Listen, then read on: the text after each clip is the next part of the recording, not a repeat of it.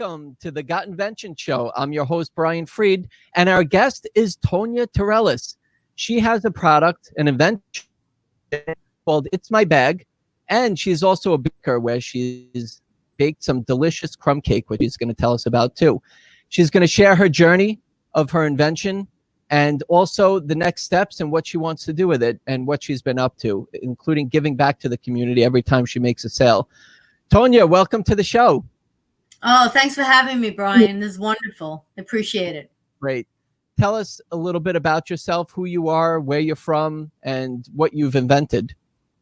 Oh, well, thank you. I'm from Long Island, New York. I'm born and bred here.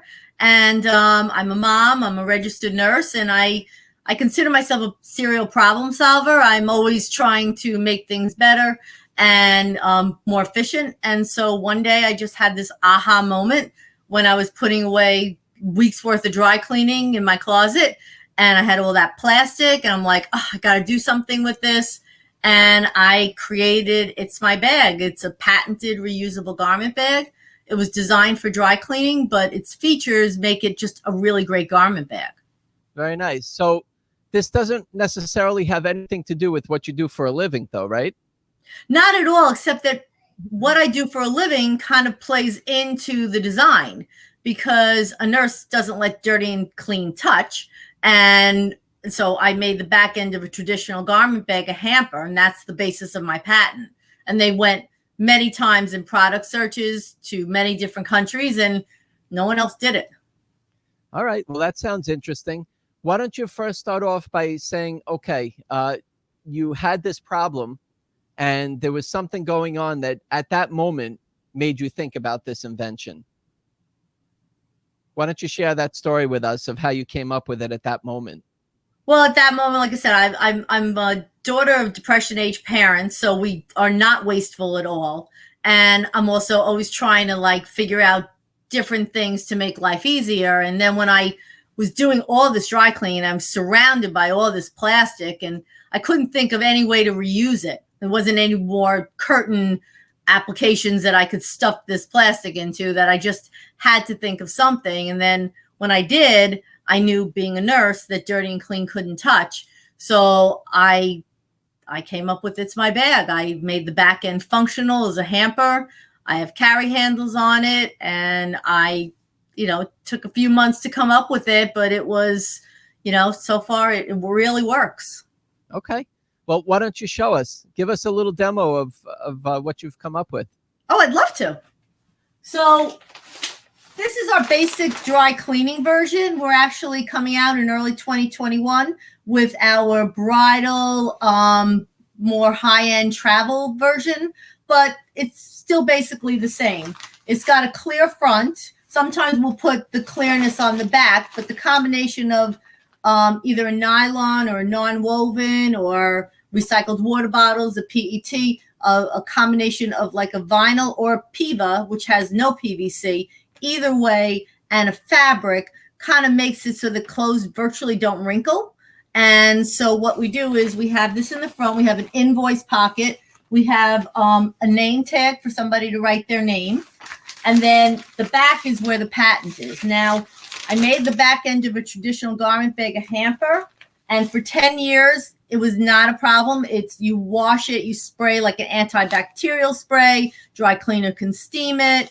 And it worked out just fine. It was never a problem. But with Corona, everything kind of changed. And so I do recommend sometimes people are putting a liner in, just a tall kitchen garbage bag, and they'll hamper their clothes in there. Part of what we're going to say is that they turned out to be amazing for the front liners, which I'll be discussing in a minute. So then you just scoop it up, you bring it to the cleaning service, you leave it there, and then you get your clothes back in the garment part. It's got an 8-inch gusset, so it's got lots of room. There's a twist tie for the hanger necks, so you don't even need that wire. There's carry handles, so it goes to and from really easily. And it's just easy and convenient. This particular one has an open bottom, but the travel one will have a closed bottom.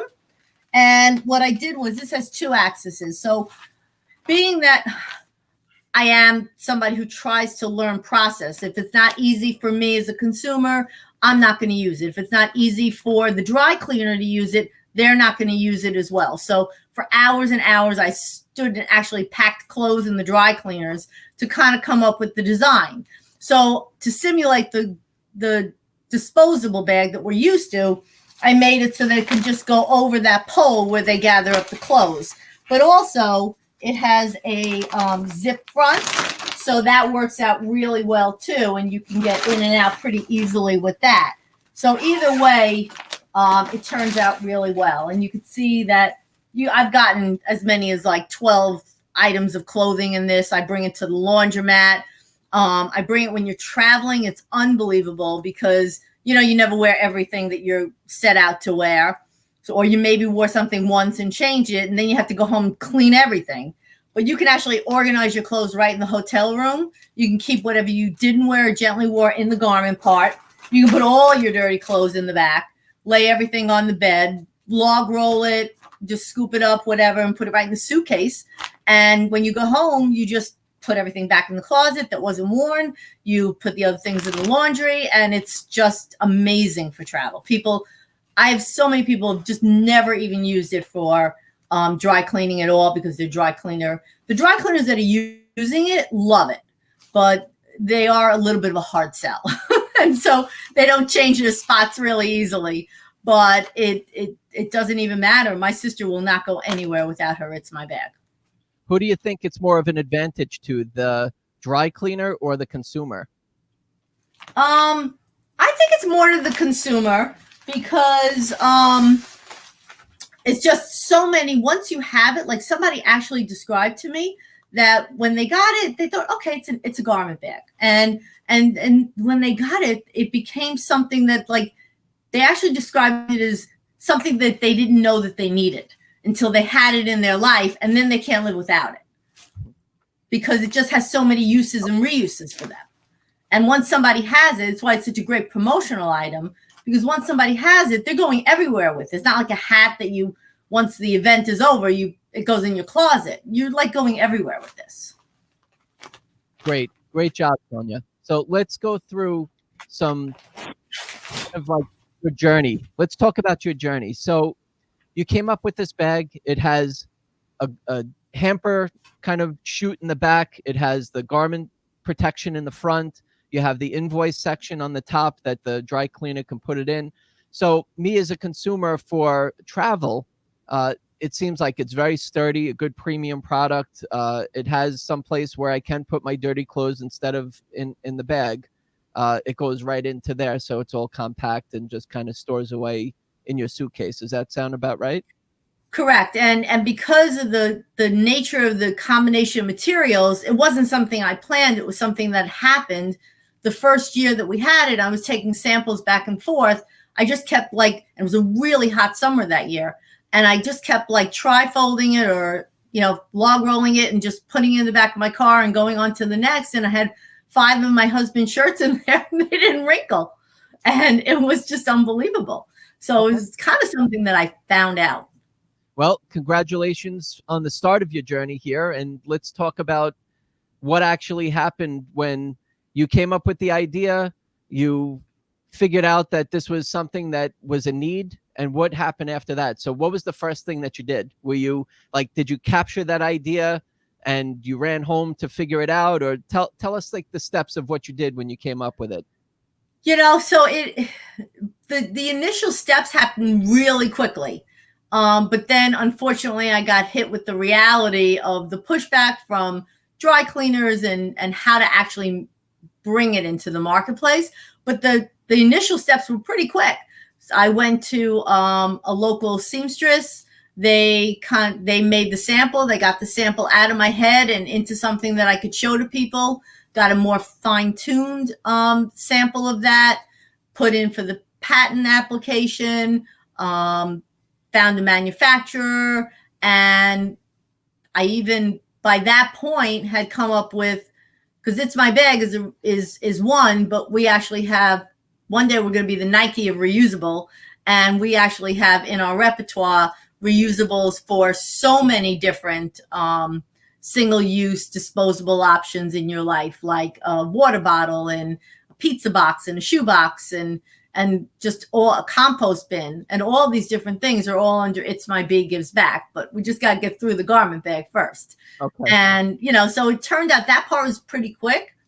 But then again, I, kind of to get it to market has been my struggle. Okay. Well, let's go back, because it's important for us to share your experience. So when you did come up with this, you said you just went to a local seamstress. So before that, though, didn't you have to spec it out, kind of like know what size or what you were going to talk to your seamstress about? And you just went to your local seamstress? Well, I had just jotted down stuff on paper, so it got out of my head and raw sketches. I modeled it after I knew that a few things were true for me. See, as a nurse, you kind of know how to educate people and to guide them into a different way of being, and without changing their routine too much. If you just rip everything apart and start from scratch, it's going to be hard. You have to keep things that are familiar and try to keep the parts that they like. And so the parts that people like are that they can see their clothes. And that's why they stick with these disgusting plastic bags. So I knew I had to embrace that. I kind of modeled the size against whatever size the disposable one was. I felt it was important to have the invoice pocket and a place to write your name. Carry handles and whatever would just add a bonus for me. And then when I, saw that, well, what do I need this wire thing around the neck? I can take care of that. And so I had jotted it all down on paper, made sketches, and then went to the local seamstress. She, did a very raw prototype. I don't have it here now, but I still actually have the original It's My Bags, and they look almost exactly like that. I've barely changed the design.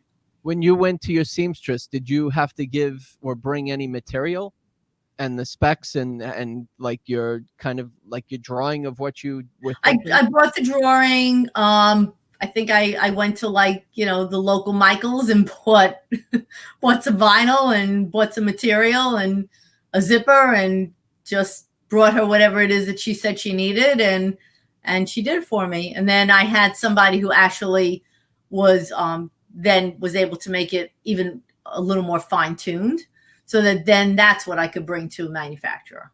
Okay. So did you know what you were getting into when you first came up with the idea? Because I don't know if this was your first invention, but it seems like you had it kind of all set. Like, okay, I'm going to spec it out. I'm going to go to the seamstress. I'm going to go to Michael's, get some, because they told me to do that. Like, it seems like you were really on your way at that point. Like, I'm going to get this done. I'm figuring out what I need to do to bring my idea in my head to life. Yeah, I believe that we are part of whatever came before, right? So I have always been somebody who kind of had these ideas and threw them out into the universe. And, back in the day, believe it or not, I was one of the first people ripping off the top of a coffee cup because it was stupid. Why did I have to take that top off all the time? But I can tell you one thing that was definitely something I put out there that my family can verify was right after I had both my children, because they were like 1 year after another in the early 90s. And I was like sick and tired of taking the top off my Poland Spring water bottle. So I had my family save me the spout tops from syrup bottles and anything that had a spout top. And then I was putting them on the water bottles. And then a year later, Poland Spring came up with spouts. So I kind of always felt like I had a connection to the universe. And then my husband and my brother-in-law had started a football league in our town, and I helped them with that. So I got how to start something from nothing from that experience with them. So I guess I had a little more confidence going into it than most. Yep. So now that you had a couple versions of your prototype, it was getting pretty close to what you were envisioning, a couple tweaks and turns along the way.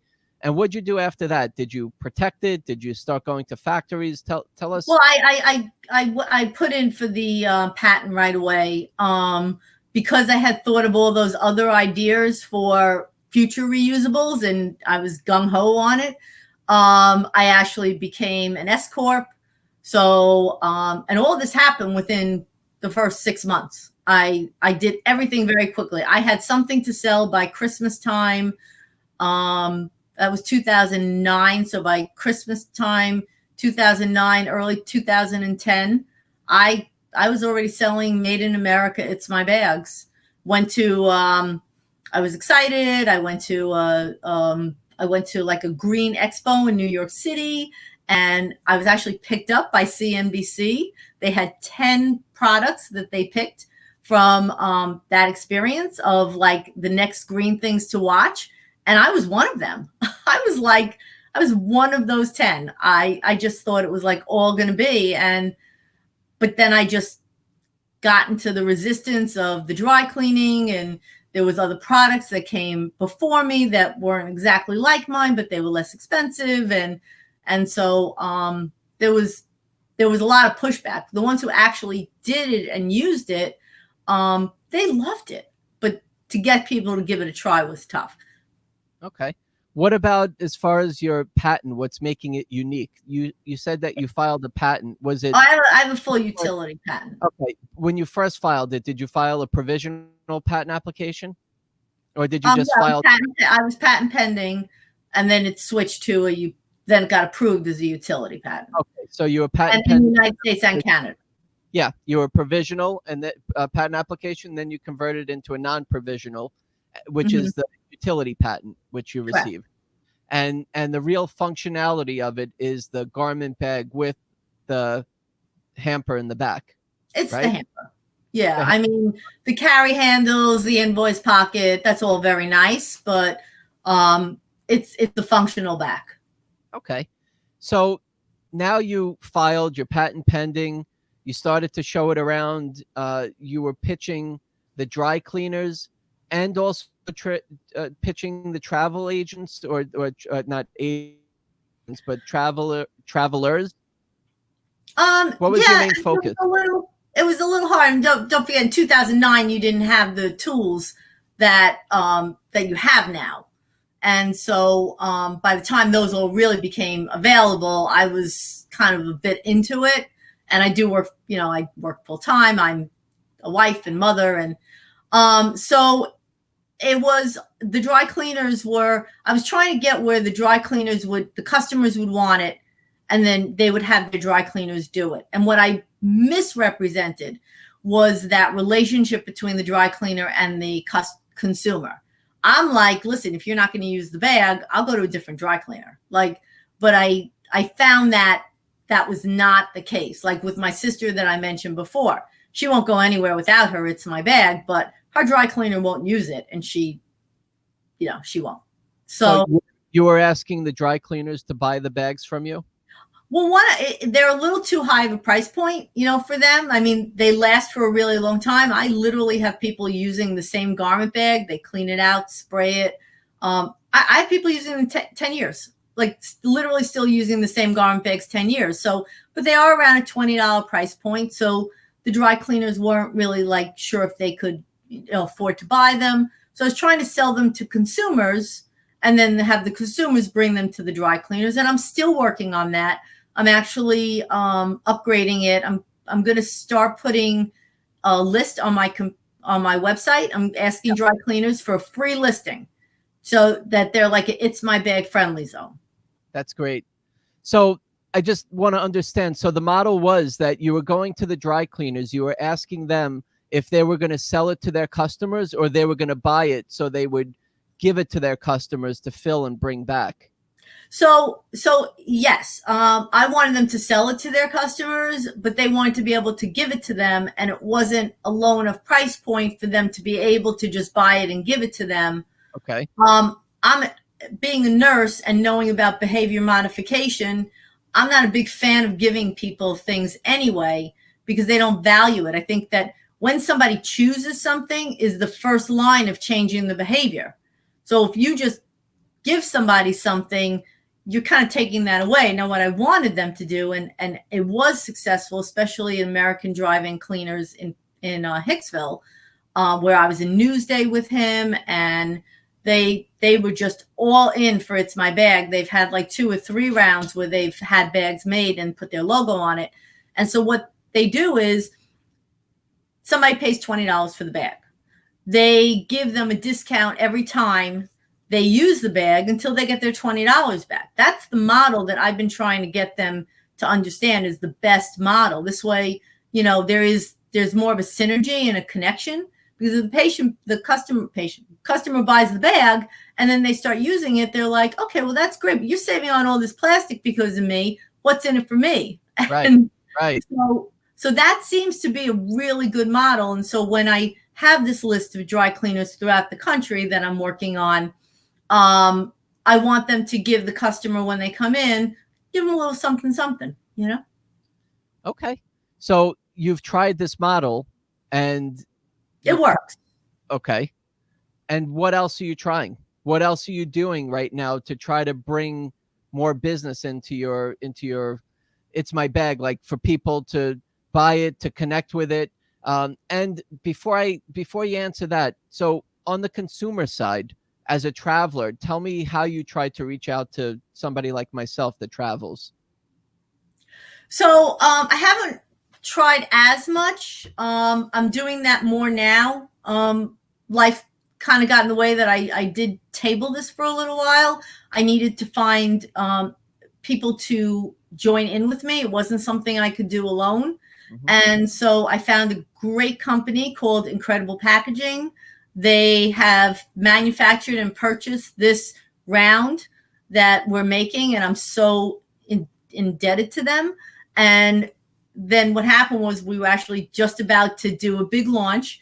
Part of what we're going to do is I do something called It's My Bag Gives Back, where myself and others in the community join together to around a worthy cause and to bring notoriety to them and also funds to them. So we did breastcancer.org. We had bags where they were sold. I'm completing a raffle where people gave me reviews and they are getting listed into a raffle for an autographed bag, and just trying to make it fun. And funds and money also went to, with each sale, went to breastcancer.org. Now we're doing a 2020 holiday give back. We had done one in the past that was very successful. And so we have a couple of not-for-profits. We seem to be growing on that part. And if they generate people to our site and they buy them, we'll give them $5 back for each bag that's sold. And so we're just trying to utilize bringing worthy causes into it, a little acknowledgement for them, helping them to raise some much needed funds, and just kind of going on that angle and just, you know, bringing everything together. It seems to be working out pretty well for us. We did a whole, after the pandemic hit and we weren't able to launch It's My Bag in March the way that we wanted to. I was in Newsday recently about that because we just pivoted to frontliners, because it just so happened that because It's My Bag has this back end that is the hamper for the people who were frontliners that were just so like distraught as to not bringing this virus to their home. They were using It's My Bag, and they were being able to separate their dirty and clean. I mean, some of them were living out of their cars. So because It's My Bag is actually like a traveling closet, they found it to be beneficial, and people coming to my site and they were just buying It's My Bags for me to give to frontliners that I knew in the New York area, which was not a problem at all. And we had sponsors for that. We had New York Life, Alex and Sean from New York Life Melville division. They actually bought garment bags to give away to frontliners in Northwell Hospital and different places as well. And so that's kind of our plan going forward, is we want to be able to bridge, you know, big companies that, you know, want to do good in the community, and they can do it with It's My Bag. And it was very successful. And now recently I had T-Mobile, the local division of T-Mobile, bought garment bags from me to give to first responders in October. And they're joining in with a place called Topcop, Massapequa, and they sell to all the first responders. And they're buying garment bags to just have Topcop are just giving them to first responders there just to say thank you to them. And it's a beautiful thing. Great. So you found a good niche to be able to get these out there and distribute it, and also to be able to have some giving back to the community. That's great. Yeah, I'm very happy. Joe and Teresa with T-Mobile and Sue over at Topcop, they've all been great, and they're really excited to go forward with this. Well, we went through your journey pretty quickly with how you came up with it and secured it and then started to so manufacturing. Quickly, just tell us how you ended up finding a manufacturer once you had your prototype the way you liked it, you secured intellectual property. How did you find the manufacturer?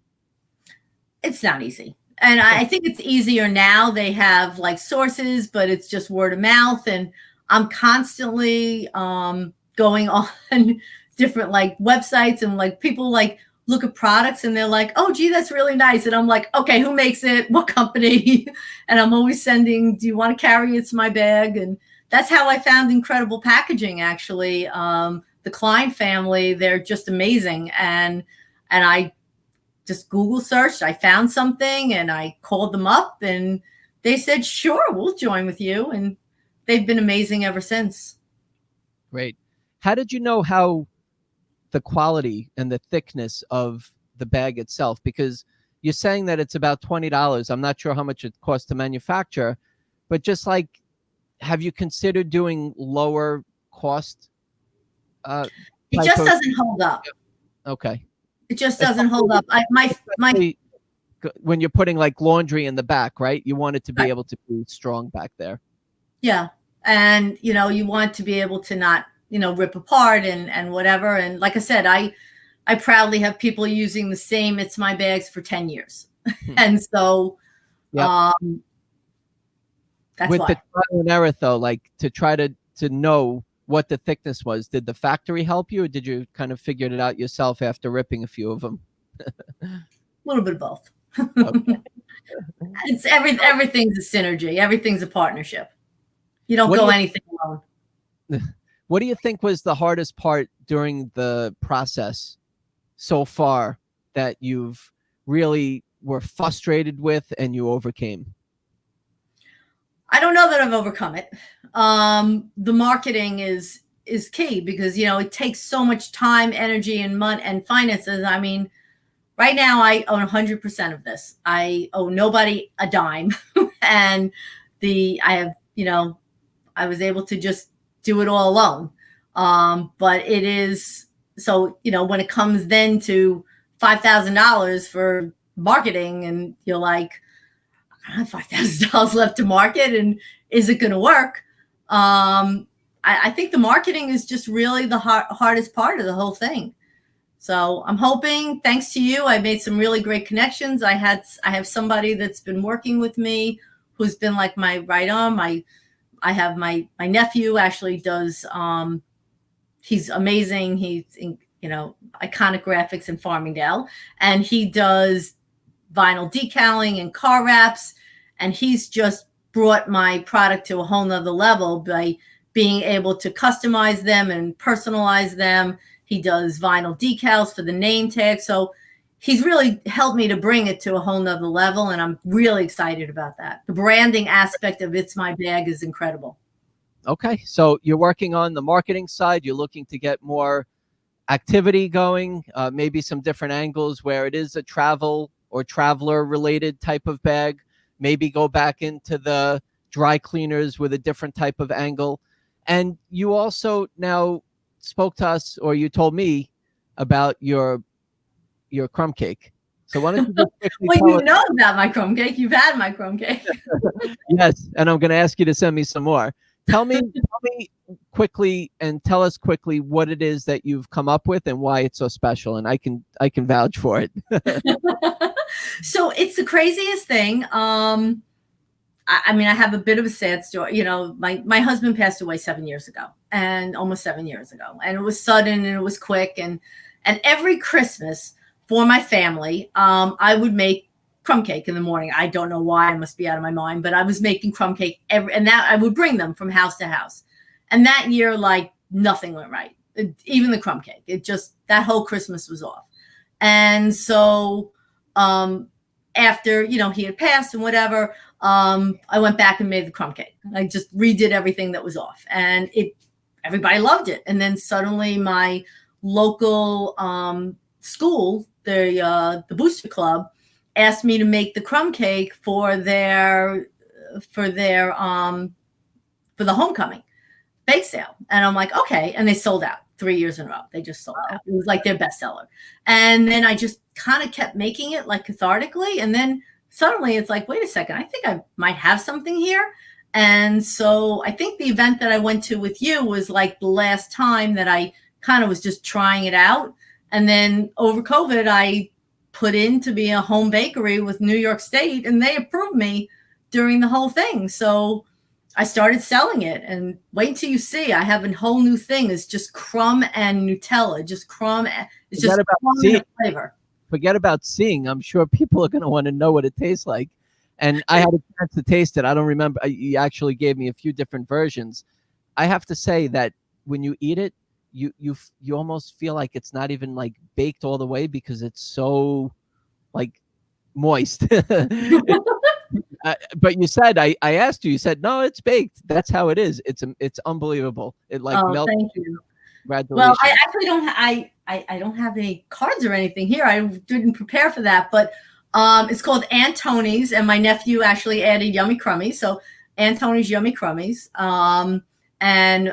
You know, I have so many helpers. My nephew, my son, everybody seems to be joining in, helping me with that one. And so Aunt Tony's Yummy Crummies, homemade with love and way too much butter. And I have an Instagram, and I have a website, and it's, you know, I actually did a food truck show in Huntington, and I sold out. Like, I kept selling out. I kept doing really, really well. So now I'm just kind of regrouping, figuring things out, and I'm looking to maybe, you know, start taking orders for Christmas. Very nice. And these helpers, are they actually helping you bake, or are they helping you eat them? A little bit of both, but no, like my son, my nephew kind of, you know, helped come up with like a sign for it, and my son did a photo shoot for it. And so it's a family effort. Very nice. Congratulations, Tonia. So why don't you tell us about you know what, there's a lot of inventors that are listening, and they're at all stages of their invention. And some of them have prototypes. Some of them just have the idea in their head. Why don't you give us, from your experience so far, Tonia, give us some words of wisdom. Give us some advice to help us on our journey and get to a point where you are. And you know what? We know that, and you mentioned there's so much more that you want to do here, but just we're stuck. Tell us how to get past that.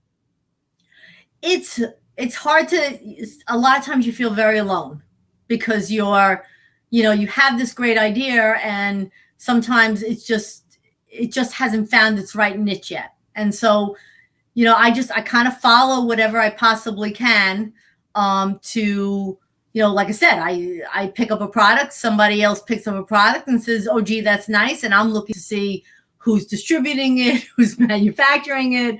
I'm emailing them, I'm going on their website. And, you know, every once in a while, when you get really, really frustrated, I just think to myself that Kentucky Fried Chicken had 999 no's, and we only know about the one yes. Or, you know, Julia Child, nobody believed in her until she found that one person that did. And so it's you know, sometimes it's hard to hold on to it, and but you just have to. If you really believe in what you're doing, you have to stick to it. And I do believe that the greater good for It's My Bag is going to prevail. I mean, I just look at things differently from everybody else. Everybody's like, oh, online shopping, this is wonderful. And I said to my sister, I said, but look at all the garbage that's generated from that. Like, one of my products is going to be, it's called It's My Box Tote. And it actually is like a tote bag, and it has a top, and it's a shoe box, a pizza box, or shipping box, and it can make all that stuff reusable. So I just look at things that way, and I want to make a difference in the world. That's fantastic. How do we get in touch with your It's My Bag so we can place an order and give back and about Oh, your that'd be awesome. I have some really great charities that we're going to benefit. Just go to itsmybag.store or .com, but the .store seems to be working a little better, and it's itsmybag that's STORE or .com, and Okay. then just Google Aunt Tony's Yummy Crummies on Instagram, or you can just contact me and I'll send you the link on that one. But Great. that's just the New York area and Long Island pick up and drop off. We're really just starting that one out. Well, this is a national show, so a worldwide show, so you might be taking orders around the world or in the US. So get No, ready. can't do that yet. I'm only New York State right now. Okay. Tonia Torrellas from It's My Bag, thank you so much for joining us. We really appreciated your journey and your future, that we'd love to have you back and tell us more at some point, but congratulations on your success so far. Oh, thank you so much, Brian. Thank you. And thank you for all you do for people like me. Tonia Torrellas, It's My Bag, thank you very much. From Got Invention Show, again, my name is Brian Freed. I'm your host. Have a great night and keep on inventing.